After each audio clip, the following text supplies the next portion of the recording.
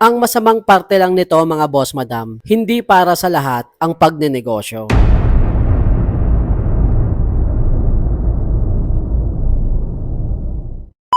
Ang vlog na ito ay tungkol sa ano ba ang porte mo at bakit mahalaga ang porte mo sa pagsisimula mo sa negosyo. Kung gusto mong malaman ang buong detalye, panoorin mo ang video na ito. Yo, what's up sa inyo mga boss madam? Kung ngayon lang tayo nagkita, ako nga pala si Boss A at ako ay isang aspiring entrepreneur dito sa Cabuyao, Laguna. So mga boss madam, meron tayong kanya-kanyang angking galing. Minsan, ang nagiging linya ng ating galing ay kung ano ang ating mga piniling karera sa ating buhay o mga naging experience natin sa ating mga naging trabaho. Pero meron isang skill na matitira sa atin na mag-a-align sa atin sa pagninegosyo. Ang masamang parte lang nito mga boss madam, hindi para sa lahat ang pagnenegosyo. Bakit? Kasi naniniwala ako na ito ay isang calling at biyaya ng Diyos na mabigyan tayo ng abilidad at lakas ng loob para pumasok sa mundo ng pagnenegosyo. Dahil magkabaliktad ang mundo ng pagiging empleyado at pagnenegosyo. Basta mga boss madam, sa ibang vlog natin pag-usapan yan.